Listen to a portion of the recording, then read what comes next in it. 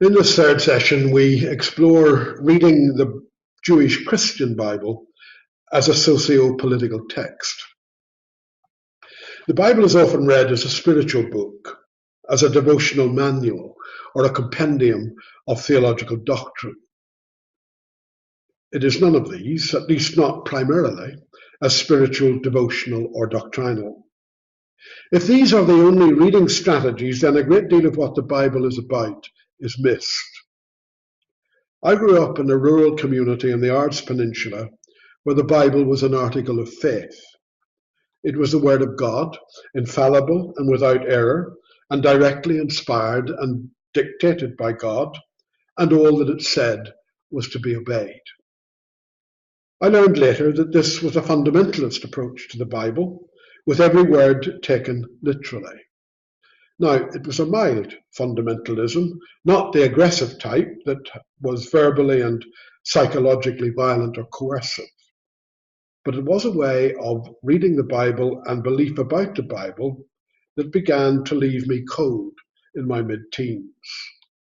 For 2 dark years, I struggled with no one to talk to because my difficulties would have been rubbished and I would have been rebranded a sinner outside of God. It was a dark night of the soul between 15 and 17 years of age. But I was parting company with fundamentalism, intellectually and emotionally. I did come out of the tunnel, and the Bible has become a different book and one that remains important to me as a critical text, which can be engaged in a critical way. The fundamentalist or literalist reading of the Bible diminishes language. It is a one-dimensional reading of text that fails to recognize that one is always engaged in interpretation and there is more than one meaning to every word. Humpty Dumpty appears in Alice in Wonderland claiming that a word has only one meaning, and then very ominously adds, "and I aim to determine the meaning." Now, Lewis Carroll, the author, was not really writing a children's story, but an exploration of the philosophy of language. Humpty Dumpty is a fundamentalist literalist. I suppose I grew up with a number of Humpty Dumptys, but my journey and struggle mean that I came to take the Bible seriously, but not literally. The Jewish tradition has at its heart Torah, and the Torah for Jews is the first 5 books of their Hebrew Bible, or Tanakh as they call it: Genesis, Exodus, Leviticus, Numbers, and Deuteronomy. There are the prophets and their writings, mainly wisdom writings. Christians read the Hebrew Bible as well as their Christian Testament. For Jews, the Torah is very important as teaching, instruction, and a way of life. The Jewish faith is highly argumentative and disputatious. Where there are 2 Jews, there are at least 3 opinions. The tradition says there are 70 faces to Torah. In Jewish thought, 70 means unlimited. There is not one interpretation of Torah, but unlimited interpretations. We might also say that there are 70 faces to the Gospels and to Paul's 7 authentic letters. That not only spooks us to some extent, it probably spooks most Atlantic Western Christians. Back in 1989, Donald McKim published a book setting out some 14 or 15 different Christian models of biblical interpretation. Each presentation of a model was followed by a homily or a sermon which used the model to interpret a biblical text. Every homily had striking and truthful insights, and the book expressed a rich pluralism in interpretive method. Almost 30 years on, there are many more ways or models of biblical interpretation. Words have a rich surplus of meaning, and the language of poetry, metaphor, and myth, as well as narrative, and all are in the Bible, can never be exhausted. Or as Simon Schama has put it, Jewish reading never shuts up. Jewish reading refuses to close the book on anything. Public theology needs a reading strategy for the foundational documents of the Christian faith. It needs a model or method of interpretation if it is to have social meaning and bring social ethics to the many publics of the society and world in which we live. There are two that may be helpful. They're not exclusive reading strategies, but two among 70 that can shape a meaningful public theology. We look at the Bible as a political text. Not only has public theology a context, publics, the biblical text also has a context. There are publics on every page.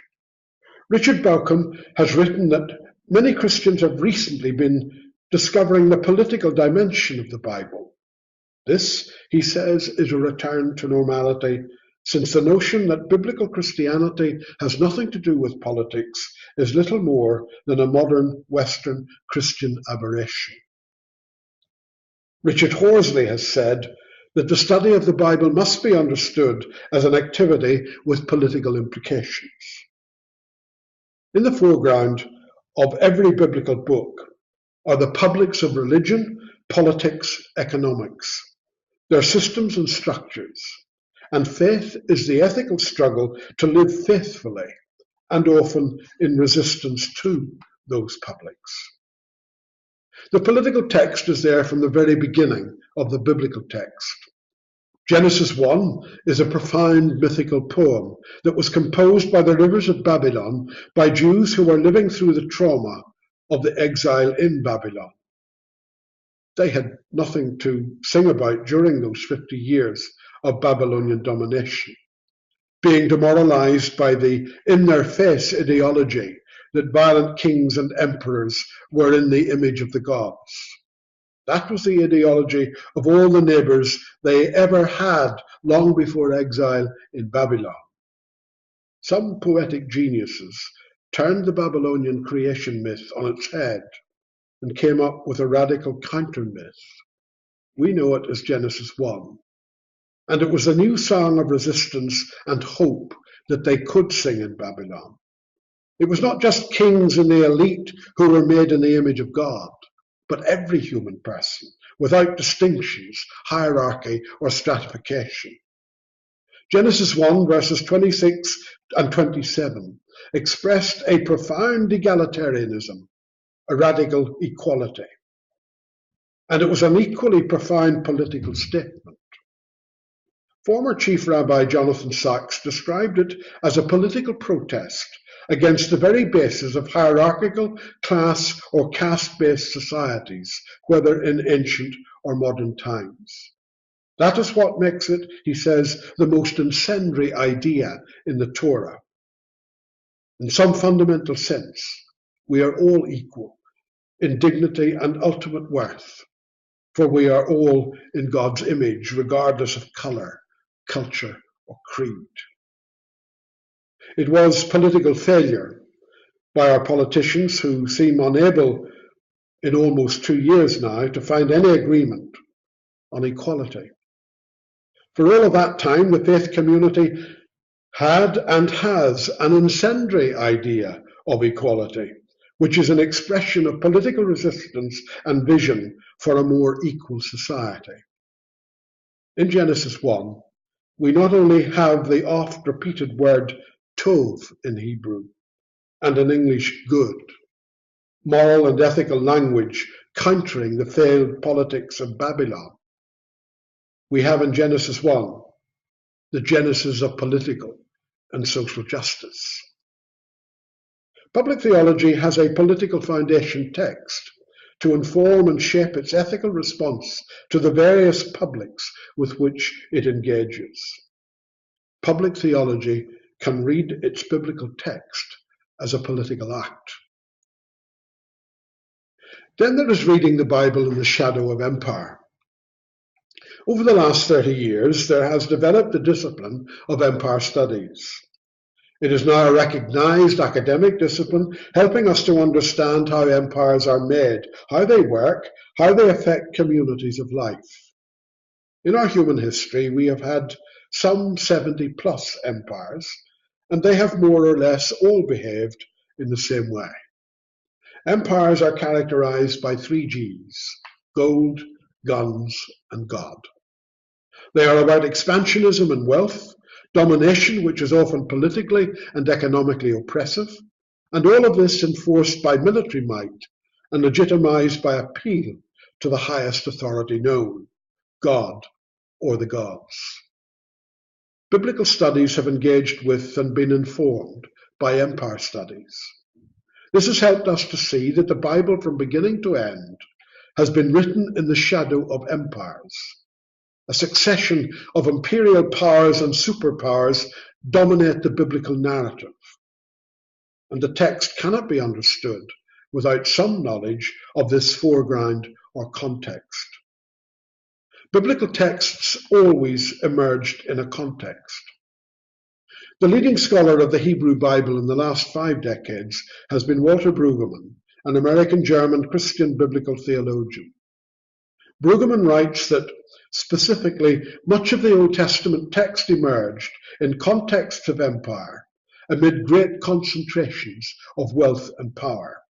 Thus, we are able to trace a sequence of empires and their impact in the Old Testament, from the paradigmatic empire of Pharaoh in Egypt to the Assyrian, Babylonian, and Persian empires, to the global power of Alexander the Great and his Hellenistic successors, and finally to the Roman Empire.